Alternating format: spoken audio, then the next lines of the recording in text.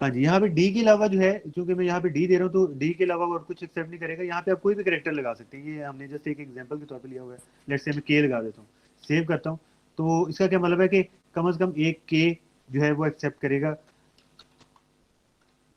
और एक से ज़्यादा बार के जो है वो भी एक्सेप्ट कर सकता है। इसी तरह से जितने भी अभी तक मैंने फार्मूला बताए हैं वो किसी भी करेक्टर के लिए चलेंगे। यहाँ पे एग्जाम्पल के लिए मैंने जस्ट डी लिखा हुआ था।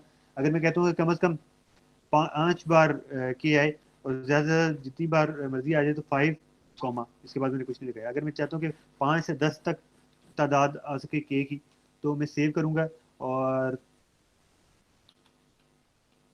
5 से कम अगर होगा तो भी एक्सेप्ट नहीं करेगा, और 5 से ज़्यादा होगा, सॉरी 10 से ज़्यादा होगा तो भी एक्सेप्ट नहीं करेगा। इसके दरमियान अगर रेंज होगी तो वो एक्सेप्ट करेगा। तो ये जस्ट एक कैरेक्टर का भी मैं बता रहा था। लेट्स से कि एक कॉम्बिनेशन ऑफ कैरेक्टर है, मैं कहता हूँ कि ए बी सी में से कोई भी हो, वो 5 से 10 दफा आए, ए बी सी डी ई तक कर लेते हैं। इस तरह से इनमें से कोई भी कैरेक्टर हो और वो 5 बार आए, तो उसके लिए मैं क्या करूंगा, अगर मैं चॉइसेस बताना चाहता हूँ ना, तो मैं क्या करता हूँ, स्क्वायर ब्रैकेट्स लेता हूँ और उसके अंदर जितने भी कैरेक्टर्स मैं रखना चाहता हूँ वो हो जाएंगे उसके अंदर अलाउड। अभी सिर्फ इतने को देखते हैं। अगर मैं कहता हूँ कि A B C D E square bracket, तो ये स्क्वायर ब्रैकेट के अंदर जितना भी है ना वो सिर्फ एक कैरेक्टर को रिप्रेजेंट कर रहा है, यानी कि एक कैरेक्टर कौन सा होगा, कोई भी हो सकता है इन 5 में से। यानी कि अगर मैं ए लिखूंगा तो भी एक्सेप्ट कर लेगा, सॉरी इसे मैंने सेव नहीं किया, सेव इसे करते हैं। अब मैं ए लिखूंगा तो भी एक्सेप्ट कर लेगा, बी लिखूंगा तो भी एक्सेप्ट कर लेगा। हाँ, अगर मैं इनके अलावा कुछ लिखता हूँ, लाइक एक्स में लिखता हूँ, तो एक्सेप्ट नहीं करेगा। या अगर मैं ए एक से ज्यादा दफा लिखता हूँ तो एक्सेप्ट नहीं करेगा। क्यों? क्योंकि एक स्क्वायर ब्रैकेट जो है ना वो एक्चुअली एक करेक्टर जो है हमारा उसे रिप्रेजेंट कर रही है। अच्छा, इसके अंदर अब लेट्स से कि मैं ए से जी तक सारे करेक्टर्स अलाउ करना चाहता हूँ, तो उसके लिए हम क्या करते हैं, लेटर रेंजेस या नंबर रेंजेस यूज करते हैं। लेटर रेंजेस किस तरह से होती हैं कि ए से लेके जी तक, एक तो तरीकाकार ये है कि मैं यहाँ पे शुरू हो जाऊँ जी, A B C D E F G H I J, और इस तरह से सो ऑन करता जाऊँ। दूसरा तरीकाकार क्या है, ए टू जी, मैं सारे के सारे करेक्टर्स जो है इस तरह से अलाउ कर सकता हूँ, ए उसके बाद फिर डैश और उसके बाद जी। इसका क्या मतलब है कि ए से जी तक जितने भी करेक्टर्स हैं ना वो सारे के सारे जो है अलाउड है।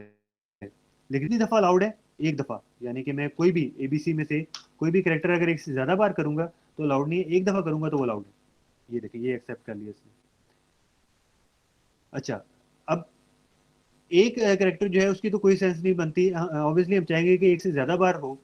तो हम क्या कर सकेंगे, कर सकते हैं, इसके साथ करली ब्रैकेट्स लगाते हैं और हम कहते हैं कि भाई कम से कम जो है 3 लेटर्स हों, और ज्यादा से ज्यादा जो है 40 तक लेट से लेटर्स। नाम के लिए फॉर एग्जांपल फुल नेम अगर हम बनाना चाहते हैं तो उसके लिए 3 से लेकर 40 तक अगर हम रखना चाहते हैं कि ए टू जी कुछ भी आ जाए, लेकिन 3 से 40 तक होने चाहिए। 3 से कम भी आमतौर पे नाम नहीं होता, और 40 से ज़्यादा भी बहुत शाज़ नाज़िरी सुने के नाम हो। तो इस तरह से हम रेंज डिफाइन कर सकते हैं कि भाई ए से जी तक सारे करेक्टर्स हों, लेकिन वो क्या हों, 3 बार हों या 40, मैक्सिमम 40 बार हों, उससे ज़्यादा ना हो। अगर आप कहते हैं कि मिनिमम सिर्फ मैंने रिक्वायरमेंट रखनी है, मैक्सिमम नहीं रखनी, तो आप इस तरह से रख सकते हैं। सेव मैंने किया। अब अगर मैं यहाँ पे 3 या 3 से ज़्यादा अल्फ़ाबेट्स जो है वो यूज़ करूँगा तो वो एक्सेप्ट करेगा, उससे कम जो है वो एक्सेप्ट नहीं करेगा। ज़्यादा मैं जितने मर्जी कर लूँ, क्योंकि ज़्यादा की यहाँ पे मैंने कोई लिमिट नहीं रखी। अगर मैं ज़्यादा यहाँ पे लेट से 6 रख देता तो ये 6 से ज़्यादा हो गया तो एक्सेप्ट नहीं करेगा। अच्छा, ये स्मॉल के लिए मैंने रेंज रखी, कैपिटल के लिए भी मैं यहीं पे रख दूंगा रेंज, कि स्मॉल या कैपिटल एक करेक्टर मैंने डिफाइन किया है, और उसके बाद फिर मैंने उसकी रेपिटेशन कह दी है कि वो कितनी दफ़ा रिपीट हो सकता है, 3 से लेके 6 बार। यहाँ पे 6 नहीं उसकी बनती, 40 कर लेते हैं। तो ये क्या हो गया कि स्मॉल या कैपिटल लेटर जो है उसके अंदर 3 से लेके 40 तक करेक्टर जो है वो आ सकती हैं। यहाँ पे अगर मैं अपना नाम लिखूँ पूरा तो एक्सेप्ट कर लेगा। मुझे ज़रा ये कमेंट्स में बता दें या माइक ऑन करके बता दें।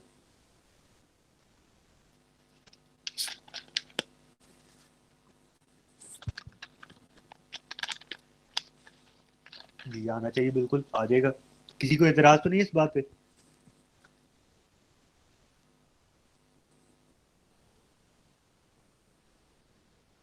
अच्छा, ये जो नो वाले हैं ना, ये जरा बताएं क्यों नहीं करेगा।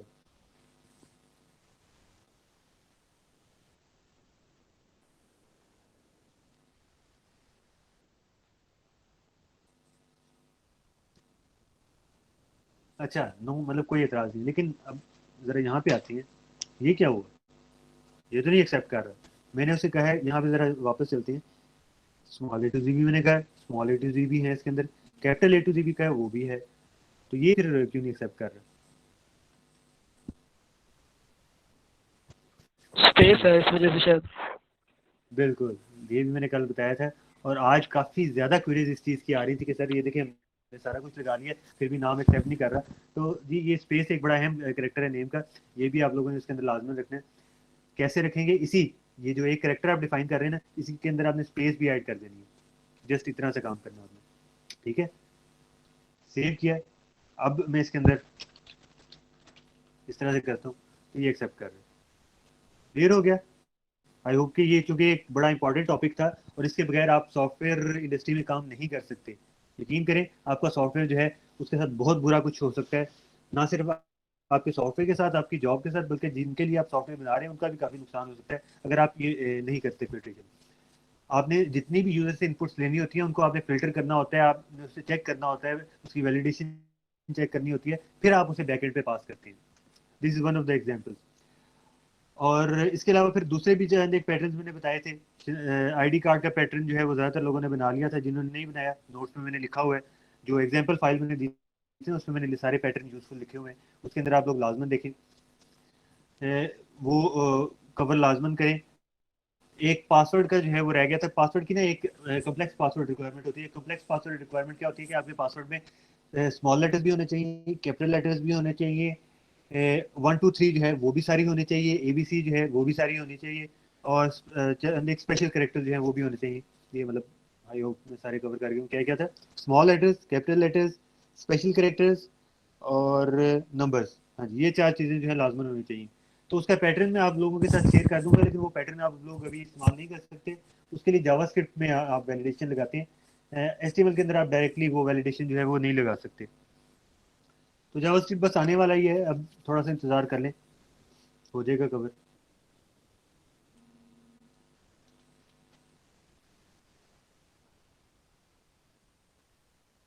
अच्छा, हाँ जी, ये क्वेश्चन आया कि करेक्टर्स जो है स्क्वायर ब्रैकेट्स में, और जो नंबर्स हैं वो कर्ली ब्रैकेट्स में नहीं।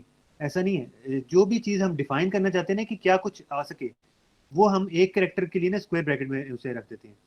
यानी कि मैं कहता हूँ कि एक ऐसा करेक्टर जिसके अंदर स्पेसिस भी आ सकती हैं, ए से लेके जी तक स्मॉल ABC भी आ सकती है, और ए से लेके जी तक कैपिटल ABC भी आ सकता है, ऐसा एक करेक्टर वो एक्सेप्ट करे।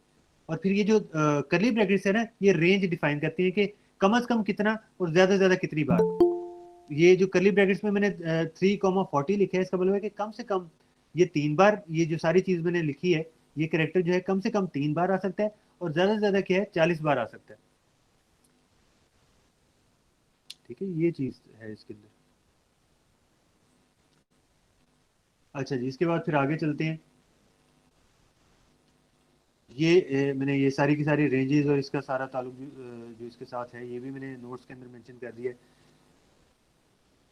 अच्छा, ये इसके अंदर थोड़ी सी कंफ्यूजन हो रही थी, जो आपके सबमिट का बटन है, या कोई भी बटन है, ये दो तरह से आप बना सकते हैं।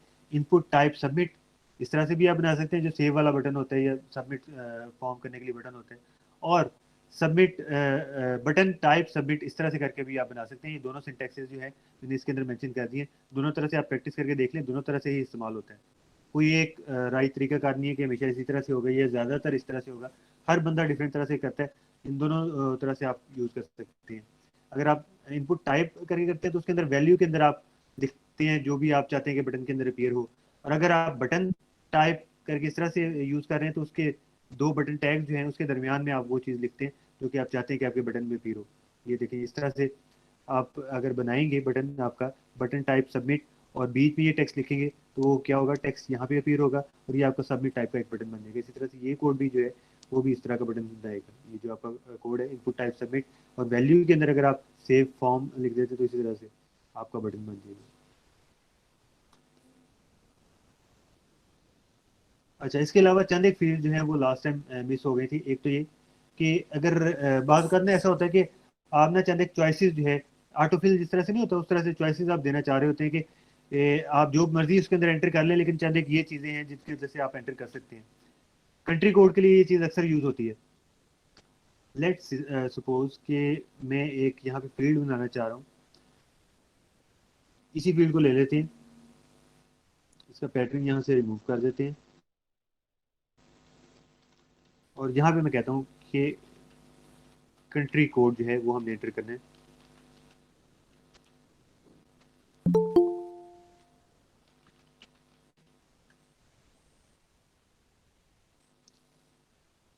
लेबल यहाँ पे मैंने लिख दिया कंट्री कोड, तो भी आप अपना कंट्री कोड जो है वो एंटर करें। सेव मैंने किया और ठीक है, यहाँ पे मैंने कंट्री कोड लेबल लिख दिया और यहाँ पे मैं कोई भी कंट्री कोड जो भी है आप लोगों को पता होना चाहिए अपना कंट्री कोड, आप यहाँ पे क्या करेंगे वो कंट्री कोड जो है अपना लिख देंगे। लेकिन ऐसा नहीं है, हर यूज़र को उसका कंट्री कोड नहीं पता होता है, हम एज्यूम नहीं कर सकते कि सबको उसका कंट्री कोड पता है। तो मैं क्या कर सकता हूँ यहाँ पे थोड़ा सा ना हिंट भी दे सकता हूँ कि भाई वो यहाँ पे क्लिक करे और उसे चंद एक ऑप्शन जो है नजर आना शुरू हो जाए। उसका तरीकाकार क्या है, ये जहाँ पे भी मैं इनपुट बना रहा हूँ ना, ये इनपुट फील्ड मेरी यहाँ पे नजर आ रही है आप लोगों को, ये हमारी इनपुट फील्ड है और उसके साथ ना मैं एक लिस्ट हिंट्स के लिए ना दे देता हूँ, उसको हम कहते हैं डेटा लिस्ट। इस तरह से डेटा लिस्ट की टैग मैंने ओपन भी कर ली और क्लोज भी कर ली। अब इसके अंदर मैं क्या करूंगा, एक टैग बनाऊंगा ऑप्शन की, डेटा लिस्ट की टैग के अंदर ऑप्शन की टैग में बना रहा हूँ और उसके अंदर मैं एक ऑप्शन दे देता हूँ +92। इसी तरह से एक और मैं ऑप्शन दे देता हूँ +93। इसी तरह से एक और ऑप्शन दे देता हूँ +1 +2। सेव। इस तरह से अब मैं कह देता हूँ कि ये 4 ममालिक के लोग मेरी वेबसाइट पे किसी वजह से ज़्यादा अगर आते हैं तो इनका जो है हिंट आ जाए। तो वो मैंने क्या किया, उसके नीचे डेटा लिस्ट की टैग बनाई है और डेटा लिस्ट की टैग में डिफरेंट ऑप्शंस की टैग में बनाता गया हूँ और उनके दरमियान में ना मैं डिफरेंट जो हिंट्स देना चाहता हूँ वो लिख देता हूँ। अब इस डेटा लिस्ट को मैंने क्या करना है, एक आईडी देनी है, आईडी इक्वल और इन्वर्टेड कॉमास में मैं इसको कोई आईडी दे देता हूँ, let's say C code, stands for country code. C code मैंने इसकी आईडी जो है वो रख दी, सेव किया इसको। अब ये जो इनपुट है इसके साथ मैंने इसे लिंक करना है। ये लिंक मैं कैसे करूंगा, यहाँ पे मैं जाऊंगा और एक एट्रीब्यूट में यूज करूंगा लिस्ट का इक्वल और उसके बाद इन्वर्टेड कॉमास में मैं जो भी इसको मैंने दिया ना आईडी वो इसके लिस्ट के एट्रीब्यूट के अंदर वैल्यू में दे दूंगा। यहाँ पे मैंने इसको आईडी चूंकि लिस्ट को सी कोड की दी है, यहाँ पे मैं सी कोड ही लिख देता हूँ, सेव करता हूँ मैं। और अब यहाँ पे जरा क्लिक करके देखते हैं, यहाँ पे करने को मैं जो भी लिख सकता हूँ, जो भी चाहूँ लिख सकता हूँ। जरूरी नहीं है कि इन्हीं ममालिक में से किसी मुल्क से आए, लेकिन अगर वो हिंट्स से आए ना कि पता नहीं मेरा कोड मुल्क का क्या था, 92 शायद इस तरह का कुछ था, यहाँ पे वो क्लिक करता है तो उसे सामने नजर आ जाता है हाँ जी ये चंद एक ऑप्शन है, इसके अंदर ये वाला ऑप्शन मैंने करना है। हाँ, अगर कहीं और से कोई आता है, लेट्स से कि कोई ऐसे मुल्क से है जिसका कंट्री कोड जो है 93 है, तो वो खुद से 93 भी लिख सकता है, इवन तो मैंने यहाँ पे मेंशन नहीं किया हुआ। अच्छा, इसका ये भी एक फायदा है कि जस्ट वो 9 भी दबाए ना, एक्चुअली मैंने यहाँ पे कौन कौन से किए थे, 92 93 12, अगर वो पार्शली भी कुछ लिखता है ना, जस्ट 2 लिखता है, तो वो क्या करेगा, 2 जिस जिसमें है ना उसका ऑटोमेटिकली सर्च करके लिस्ट में डिस्प्ले करवा देगा। तो ये सिलेक्शन में बहुत आसानी हो जाती है। जस्ट थोड़ा सा पार्शली भी नाम किसी ने टाइप किया ना, लेट्स से एक मैं यहाँ पे फ्रूट्स जो है वो रखना चाहता हूँ, एप्पल और ऑरेंज बनाना और पाइन एप्पल। अब मैं चाहता हूँ कि मेरे यूजर जो है ये आइटम जो मैं ऑफर कर रहा हूँ उसके स्पेलिंग सही तरह से लिखें। यकीन मेरे यूजर्स को नहीं पता होती स्पेलिंग, बहुत ऐसे अजीबो गरीब यूजर आते हैं कि बंदा हैरान होता है कि तुमने को यार एप्पल स्पेलिंग नहीं पता, APPL इस तरह के कुछ लिखे होते हैं। तो अगर कोई बंदा कहता है कि पता नहीं एप्पल के क्या स्पेलिंग, तो उसके अंदर डबल P आता था कुछ, जस्ट एक एग्जांपल दे रहा हूँ मैं, जस्ट डबल P वो टाइप करेगा तो जिन भी आइटम्स में डबल P आ रहा है ना वो आ गए। इसी तरह से ऑरेंज है कि कुछ था यार, ओ से स्टार्ट होता था। अगर मैं यहाँ पे ओ टाइप करूँ तो उसने खुद ही शॉर्ट लिस्ट कर दिया और ओ वाले जितने भी आइटम्स हैं यहाँ पे डिस्प्ले करवा दिए। अच्छा, यहाँ पे एक और क्वेश्चन आ रहा है, किसकी जगह, डाटा लिस्ट की जगह सिलेक्ट भी हम यूज कर सकते हैं। हम यूज कर सकते हैं, लेकिन वो और मकसद के लिए। वो सिलेक्ट जो है ना, उसके अंदर क्या होता है कि आपके मखसूस ऑप्शंस ही होते हैं। डाटा लिस्ट जो है बाकायदा एक टेक्स्ट इनपुट है, जिसके साथ हमने एक तरह से आप कह लें कि मशवरे के लिए अटैच कर दिए। ये हमारी इनपुट है, ठीक है। और ये उसके नीचे पार्टी हो रही है, ये उसके नीचे जो है डाटा लिस्ट जो है, उसके अंदर सारे के सारे ऑप्शंस डिस्प्ले हो रहे हैं। ये हमने सारे हिंट्स दिए हैं, जिसको हमने लिंक किया है इसके साथ। ये हमारी इनपुट के साथ हमने लिस्ट का एट्रीब्यूट यूज किया और उसको कह दिया कि भाई सी कोड नाम की कई लिस्ट है, वहां से आपने हिंट दे जाना यूजर को। जब भी यूजर आपके अंदर क्या करेगा, इन्फॉर्मेशन एंटर करने लगेगा। यूजर ने इन्फॉर्मेशन एंटर की और उसने क्या किया कि अच्छा, उसे पता था कि लिस्ट नाम की एक लिस्ट कहीं पे मौजूद है। उसने जाके देखा, हाँ जी, ये सी कोड नाम की जो है लिस्ट मौजूद है डाटा लिस्ट में। उसने सारे ऑप्शन देखे और इसके अंदर से हिंट्स जो है साथ साथ देना शुरू कर दी। तो ये चीज जो है हिंट्स के लिए यूज होती है। सिलेक्ट वाला अगला ही टॉपिक बिल्कुल आ रहा है, वो ड्रॉप डाउन के लिए यूज होता है। जी बिल्कुल, ऑप्शन प्रोवाइड करने के लिए, हिंट्स प्रोवाइड करने के लिए यूज होती है। अच्छा, अब दूसरे पे भी आ जाते हैं। सिलेक्ट वाला ऑप्शन जो है वो किस तरह से होता है, इसको मैं ऐसा करता हूँ, वक्ती तौर पे रिमूव कर दूं या इसके साथ ऐड कर देते हैं। कंट्री कोड ही हम रखते हैं, लेकिन उसके साथ में एक और फील्ड ऐड कर देता हूँ, ये कंट्री कोड। और यहाँ पे मैं इनपुट नहीं दूंगा। डाटा लिस्ट के अंदर आप एक इनपुट टैग देते हैं। जो आपका ड्रॉप डाउन है ना, उसके अंदर आप इनपुट टैग नहीं देते। उसके अंदर आप क्या करते हैं, सिलेक्ट, SELECT, सिलेक्ट की टैग यूज करते हैं। सेव कर दिया मैंने, तो एक ड्रॉप डाउन आ गया भाई। इसके अंदर कुछ नहीं है, क्योंकि इसके अंदर मैंने कुछ बताया ही नहीं। इसके अंदर उसी तरह से जिस तरह से हमने डाटा लिस्ट के अंदर ऑप्शंस दिए थे, इसके अंदर भी हम उसी तरह से ऑप्शन देंगे। +92 +93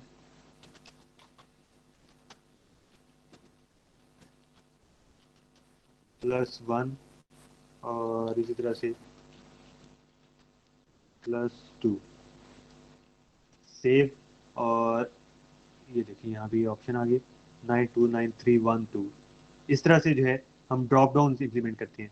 ड्रॉप डाउन में और डाटा लिस्ट में फ़र्क क्या है, डाटा लिस्ट में हम अपनी मर्जी से कुछ भी लिख सकते हैं, ये एक इनपुट है।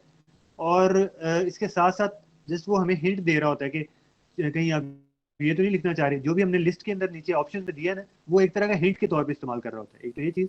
दूसरा, उसके अंदर इनपुट और जो हमारी लिस्ट है ना, वो अलग अलग होती है। सिलेक्ट जो है वो एक्चुअली एक ड्रॉप डाउन होता है। ड्रॉप डाउन के अंदर जो भी ऑप्शंस है वो पहले से मेंशन्ड है, उन्हीं में से कोई ना कोई हम सिलेक्ट कर सकते हैं। हम अपनी मर्जी से कोई भी ऑप्शन जो है उसके अंदर नहीं टाइप कर सकते। ये इन दोनों का फर्क है। यहाँ तक अगर कोई क्वेश्चन है तो मुझे बताएं, नहीं तो इसके नेक्स्ट एक बड़ा इंपॉर्टेंट एट्रीब्यूट है, उसकी तरफ हम चलते हैं।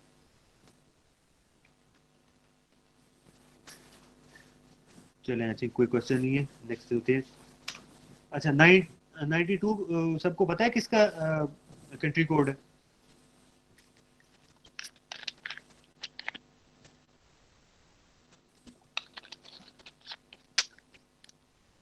पाकिस्तान की कंट्री कोड है। पाकिस्तान का 2-3 लोगों ने सिर्फ बताया। अच्छा, नहीं पता है सारों को। वही मैं कहने लगा था कि झंडे तो सारों ने लगाए होते हैं अपने वो स्टेटस पे भी, और फौजी भी बने होते हैं सारे, लेकिन कंट्री कोड कितने लोगों को पता है? तो वाकई पता भी है आप लोगों को।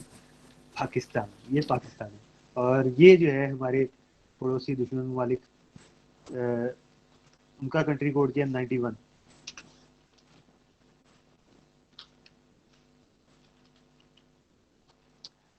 अच्छा, ये किसी को पता है?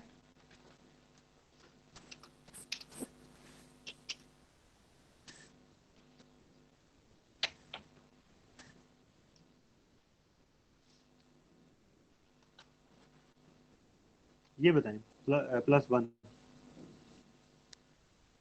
हाँ जी, US।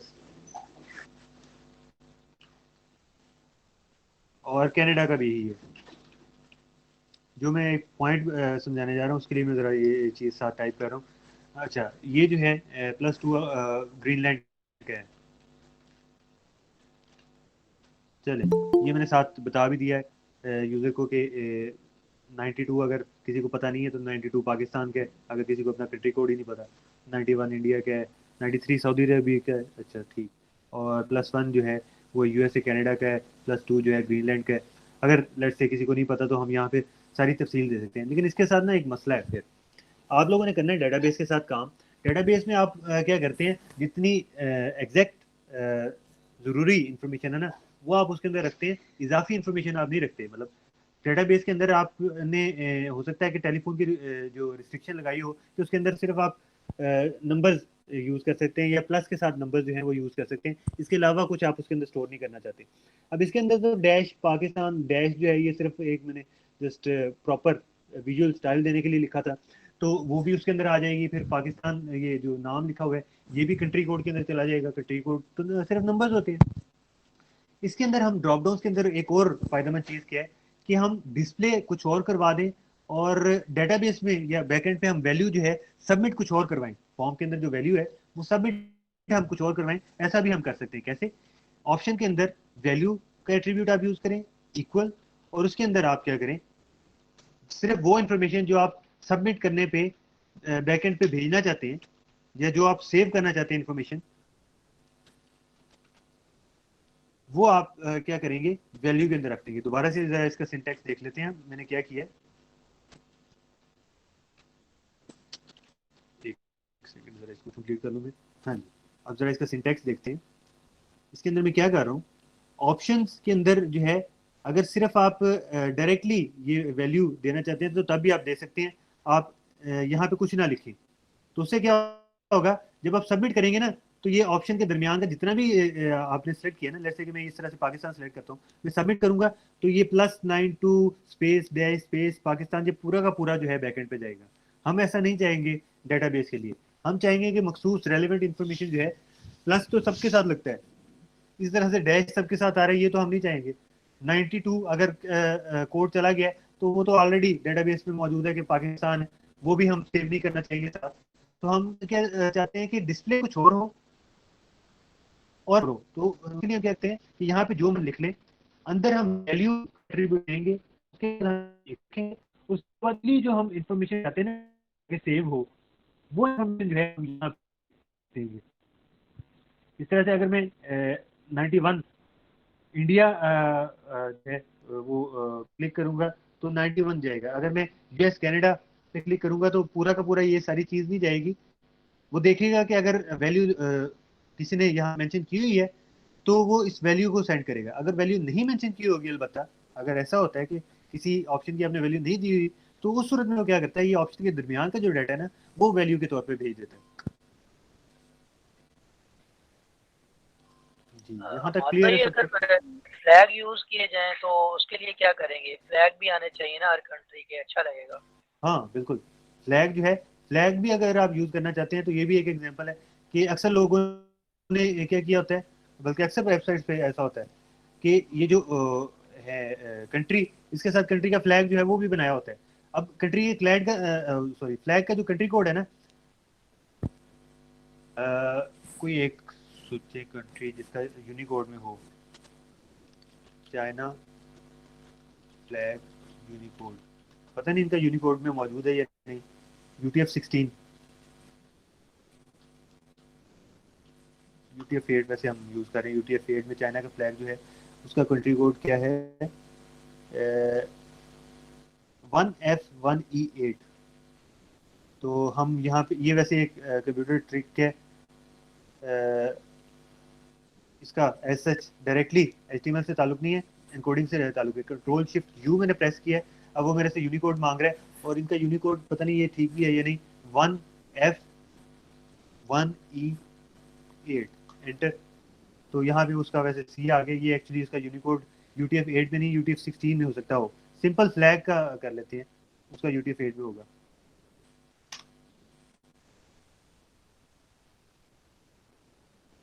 2690 2690 एंटर। ये लीजिए एक फ्लैग आ गया सिंपल सा, इसको सेव करके देखते हैं। पाइन एप्पल जो है ना उसके साथ फ्लैग भी आ रहा है। अच्छा ये तो हमने यहाँ पे कर इसको कॉपी करते हैं, पाकिस्तान के साथ फ्लैग लगा देते हैं।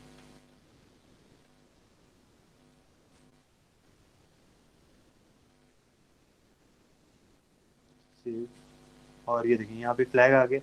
अगर आप यूटीएफ 16 में काम करेंगे ना तो उसके अंदर पाकिस्तान और चाइना वगैरह ये सारे फ्लैग्स जो है एग्जैक्ट कंट्री के फ्लैग्स जो है वो मिल जाएंगे। अब यहाँ पे मैं कंट्री फ्लैग लगा देता हूँ, तो वो जो इतना लंबा मैंने कोड लिखा था ना, क्या कोड था कंट्री का, सॉरी सिंपल फ्लैग का 2690, तो ये 2690 भी जाके डेटाबेस के अंदर सेव हो जाएगा। अब आप ये तो नहीं चाहेंगे कि फ्लैग्स जाके आपके डेटाबेस में सेव हो जाए, तो उसके लिए आप क्या करते हैं कि यहाँ पे आप जो मर्जी लिख दें यूजर की आसानी के लिए। यहाँ पे आप वो चीज वैल्यू के अंदर ना, आप वैल्यू के अंदर आप वो चीज लिखेंगे जो कि आप चाहते हैं कि एक्चुअली आपके डेटाबेस में जाके सेव हो। हाँ जी, इसके अलावा और कोई क्वेश्चन? ये भी मैंने उसके नोट्स में मेंशन किया हुआ है। लिस्ट जो है उसका सिंटेक्स क्या होता है, ये सारा का सारा, और वो लगेगी कैसे आपकी प्रीव्यू में। जो आपका ड्रॉप डाउन है वो उसका कोड कैसे काम करेगा, और वो एक्चुअली आपका जो वेबसाइट है उसके ऊपर किस तरह से लगेगा, यूज होगा।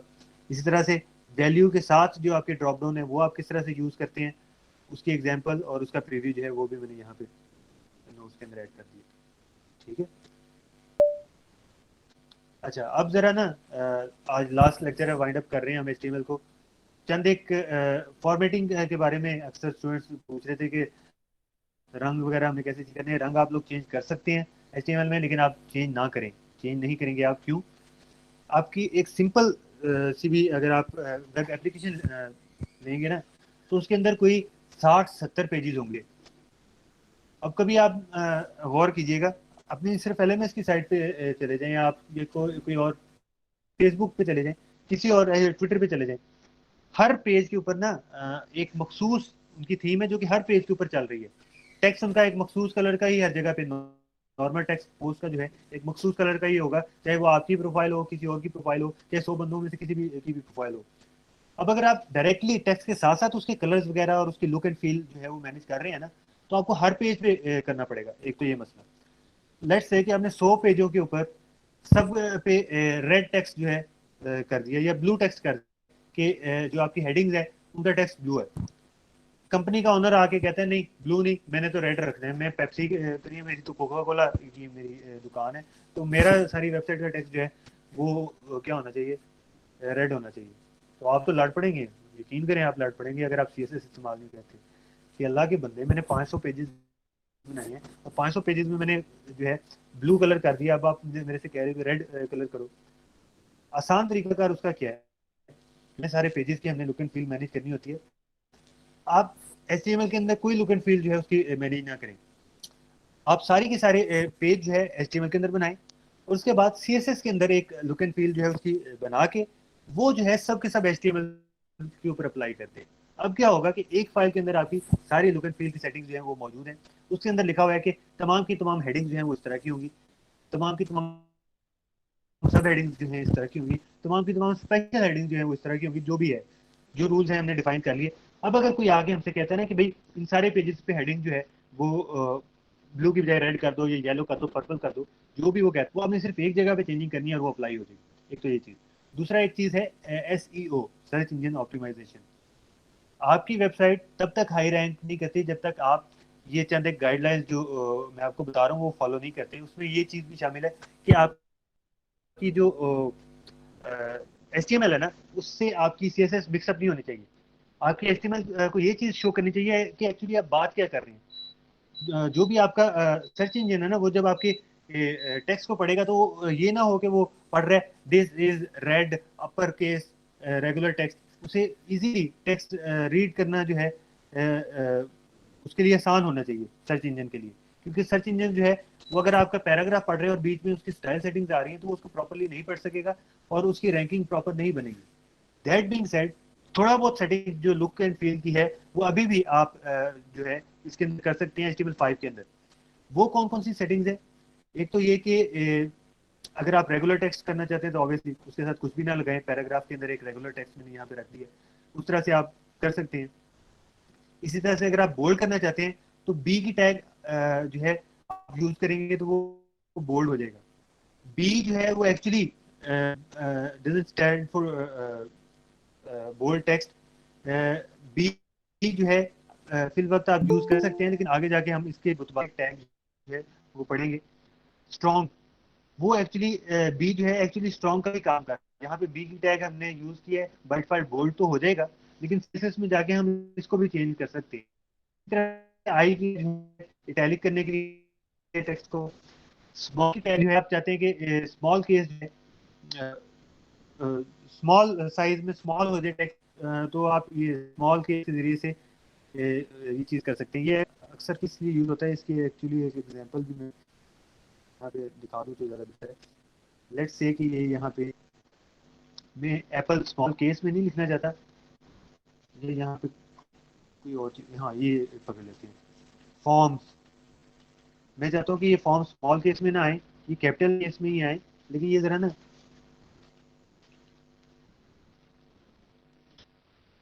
साइज में छोटे हो जाए।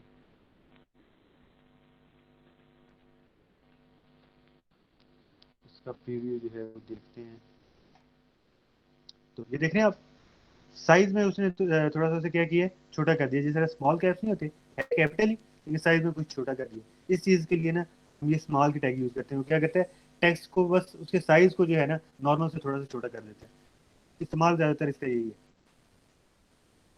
अच्छा जी, बी की टैग हो गई बोल्ड करने के लिए। बिग की टैग नॉर्मल से थोड़ा सा बड़ा कर देगा टेक्स्ट को। आई की टैग इटैलिक, इटैलिक का सबको पता ही, थोड़ा स्क्यू कर देते हैं, टेढ़ा कर देते हैं टेक्स्ट को।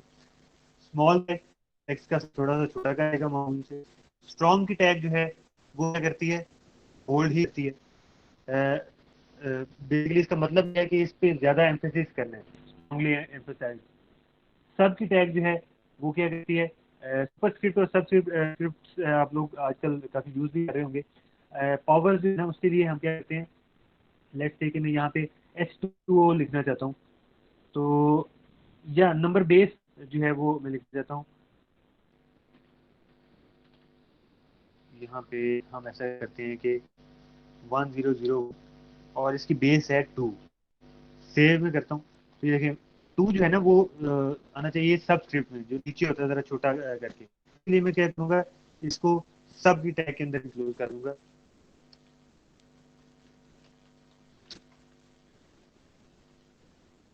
उससे क्या हुआ है, ये देखिए थोड़ा सा नीचे हो गया, छोटा हो गया। इस तरह सब स्क्रिप्ट होती हैं। इसी तरह से अगर मैं सब की बजाय सुपर लिखता यहाँ पे,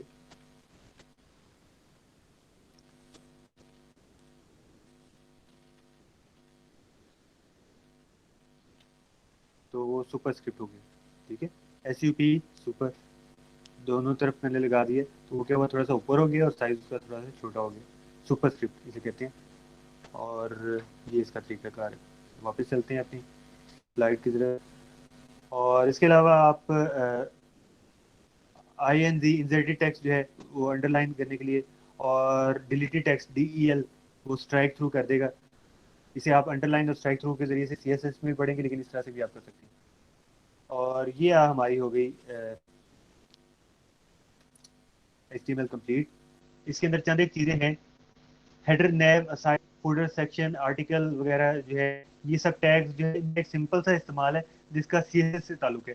तो ये हम CSS के लेसन के दौरान इन टैग्स को पढ़ेंगे। इसी तरह से वेब स्टोरेज API, जिसके जरिए से आप लोकली इंफॉर्मेशन स्टोर करते हैं, ड्रैग ड्रॉप, और जियो लोकेशन API, इन सब का ताल्लुक भी ना जावास्क्रिप्ट से है। तो यही जो चीज़ मैं कह रहा था कि जावास्क्रिप्ट आप लोगों को पहले पढ़नी चाहिए, वो ये रीज़न है कि अभी वो चीज़ हम नहीं पढ़ सकते। जब हम जावास्क्रिप्ट पढ़ने लगेंगे ना, वहीं पे इंशाल्लाह ताला हम ये HTML का CSS के बाद ये तीनों API जो है वो उसके बारे में पढ़ेंगे। इसी तरह से रेस्टफुल API है, ये जावास्क्रिप्ट के बाद ही पढ़ते हैं। जावास्क्रिप्ट जब तक आपको नहीं, आप रेस्टफुल API तक नहीं कर सकते। ये भी जो है हम जावास्क्रिप्ट के बाद करेंगे। उसके अलावा आई थिंक सारा कुछ HTML का हमने कवर कर लिया। टैग HTML की बेशुमार है, तजुर्बा कोई ना कोई आप ऐसी टैग निकाल सकते हैं जो कि हमने कवर नहीं की, लेकिन ज़्यादातर इस्तेमाल करने वाली टैग, या एटलीस्ट आप ऐसे कर सकते हैं, वो तमाम टैग्स जिससे आपका प्रोजेक्ट जो है वो कंप्लीट हो जाएगा, वो सारी टैग्स मैंने अपने नोट्स में करने की कोशिश की है। इसके अलावा भी अगर कोई क्वेश्चन हो तो आप मेरे से पूछ सकते हैं जी।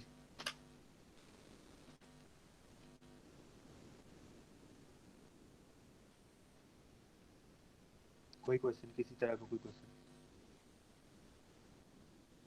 सॉरी, मैंने यहाँ पे आंसर्स ओपन ही किए थे।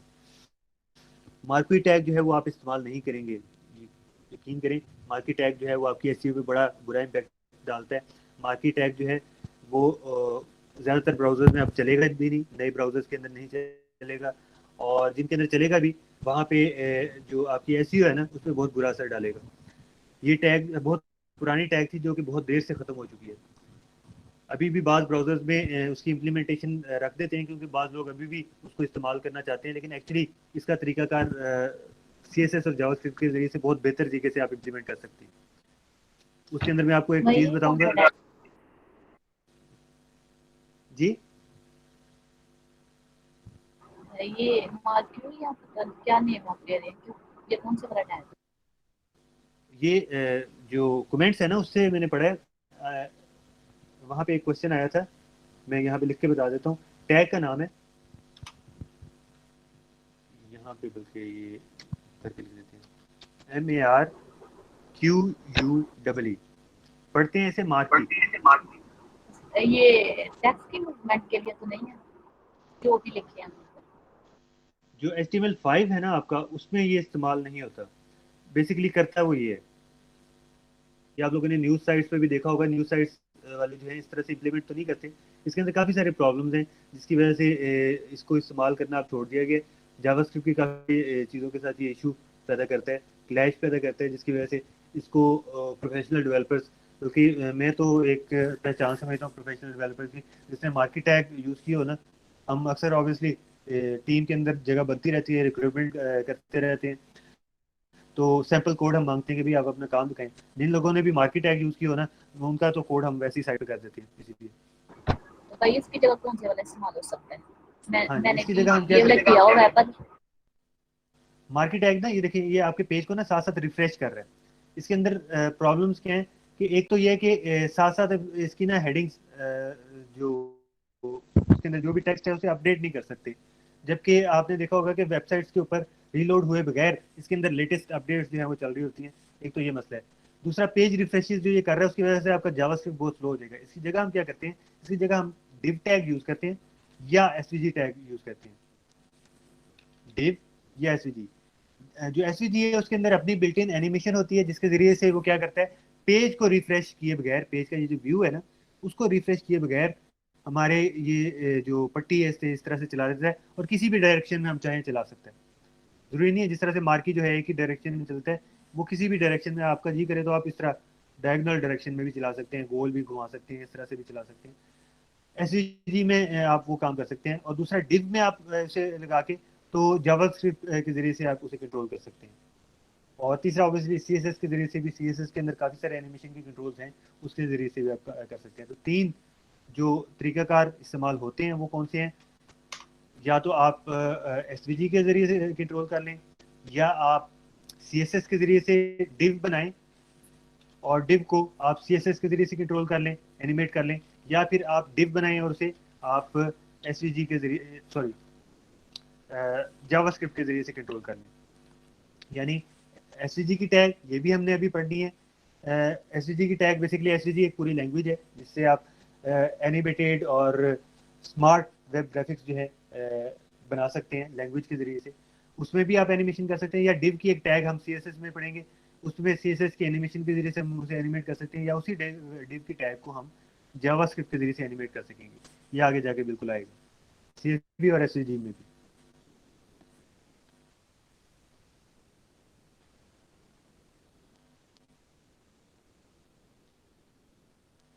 अच्छा, स्मॉल की टैग की तरह मार्क वाली टैग भी होती है ना, जो टेक्स्ट को मार्क करते हैं। मार्क की टैग भी डेप्रिकेटेड टैग है। इसको वैसे वाकई काफ़ी सारी टैग्स आ रही हैं और मैं उनको कहता जा रहा हूँ पुरानी पुरानी डेप्रिकेटेड। आप मेरी बात पे बिल्कुल यकीन ना करें, आप यहाँ पे सर्च करें तो यहाँ पे वो आपको बता देंगे कि ये डेप्रिकेटेड टैग है। इसी तरह से आपकी जो मार्क की टैग है उसको भी आप सर्च करके देख लें। मार्क जो है एक पुरानी टैग है। टैग ओमिशन के बारे में भी उन्होंने बताया हुआ है, डेप्रिकेटेड टैग है, पहले इस्तेमाल हुआ करती थी।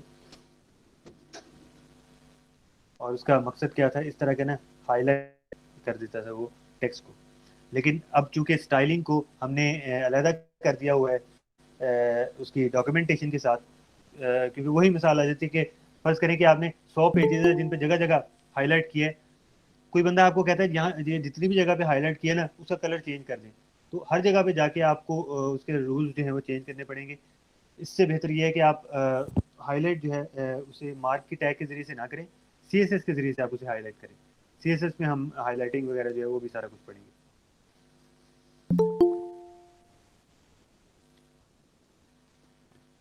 बल्कि मेरा तो ख्याल है कि स्मॉल की टैग भी आप यूज़ ना करें। जो टैग एक्चुअली काम किए आपकी इनमें से वो कहाँ गया, हाँ जी, ये सुपरस्क्रिप्ट, सबस्क्रिप्ट और स्ट्रॉन्ग की टैग जो हैं ये इंपॉर्टेंट है। इसी तरह से डेल और इंस की टैग जो है, इंजेट की टैग जो है वो भी इस्तेमाल की जाती है। अभी उसका मखसूस इस्तेमाल है, हम आगे जाके पढ़ेंगे, लेकिन वो इस्तेमाल की जाती है, बिल्कुल HTML5 के स्टैंडर्ड्स में शामिल है। और अगेन बहुत सारी ऐसी बातें मैं बता रहा हूँ जो कि बहुत सारे लोग जो कहते हैं उससे डिफरेंट होंगी। किसी की बात पे भी यकीन ना करें, आपको 10 लोग मिलेंगे और 10 बातें बताएंगे, आप स्टैंडर्ड्स को फॉलो करें। W3 स्कूल नहीं, उससे मिलती जुलती साइट है W3C वो वेबसाइट है जहाँ पे जितने भी यहाँ पे स्टैंडर्ड्स बनते हैं ना, जिन लोगों ने वो स्टैंडर्ड्स बनाए और पास किए हैं उन लोगों की वो वेबसाइट है, वो ऑफिशियल वेबसाइट है। तो जिस तरह से कहते हैं ना कि हर जो आप कोविड का स्टेटस पढ़ के उससे इन्फॉर्मेशन हासिल ना करें। कोई कह रहा होता है कि आपने 2 साल में यहाँ पे पहुंच जाना है, कोई कह रहा होता है आपने 2 महीने में आपको पीला बुखार हो जाएगा, उस तरह के सारे लोग देख देख के कंफ्यूज होते रहते हैं। एक्चुअल ऑथेंटिक इन्फॉर्मेशन के लिए लोग कहते हैं कि भाई आप WHO की साइट पर जाएं, या जो ऑथेंटिक सोर्सेज आप जिनको मानते हैं ऑथेंटिक है उनके पास जाएं, उनकी इन्फॉर्मेशन रीड करें। इसी तरह से अगर आपने वेब की इन्फॉर्मेशन लेनी है तो आप जाएं W3C पे, W3 स्कूल नहीं, अगेन मैं बता रहा हूँ W3C की साइट पे जाएं। वो है basically world wide web consortium W3C। वहाँ पे आपको सारे वेब स्टैंडर्ड्स मिलेंगे। इसके अलावा अगर आप बैकएंड के स्टैंडर्ड्स देखना चाहते हैं तो PHP.NET सिंपल साइट है, वहाँ पे आप जाके देखें। अगर दो लोग आपको डिफरेंट बात बता रहे हैं ना, तो आप जाके PHP पे देखें कि एक्चुअली सही कौन बात कर रहे हैं। इसी तरह से अगर आप C# का काम कर रहे हैं तो आप माइक्रोसॉफ्ट की साइट पे जाके देखें। C# माइक्रोसॉफ्ट वालों की प्रोप्राइटरी लैंग्वेज है। और इसी तरह से स्टैंडर्ड्स पे मेरा कहने का मतलब है रिलाई करें। IT में ये बहुत होता है कि हर बंदा अपनी बात बता रहा होता है और वो कह रहा था यही बात ठीक है। तो मैं भी अगर कभी आपको बताऊं ना कि भाई ये बात ही ठीक है, तो आप सीधा जाएं ऑनलाइन और चेक करें कि कौन सा बंदा ठीक बात कह रहा है, ठीक है। और अगर वाकई कहीं पे मैं गलत कह रहा हूँ तो हो सकता है गलती हो जाती है। बाद इन्फॉर्मेशन हम सोच रहे थे कि हमारे पास ठीक है लेकिन गलत होती है, तो मुझे बताएं अगर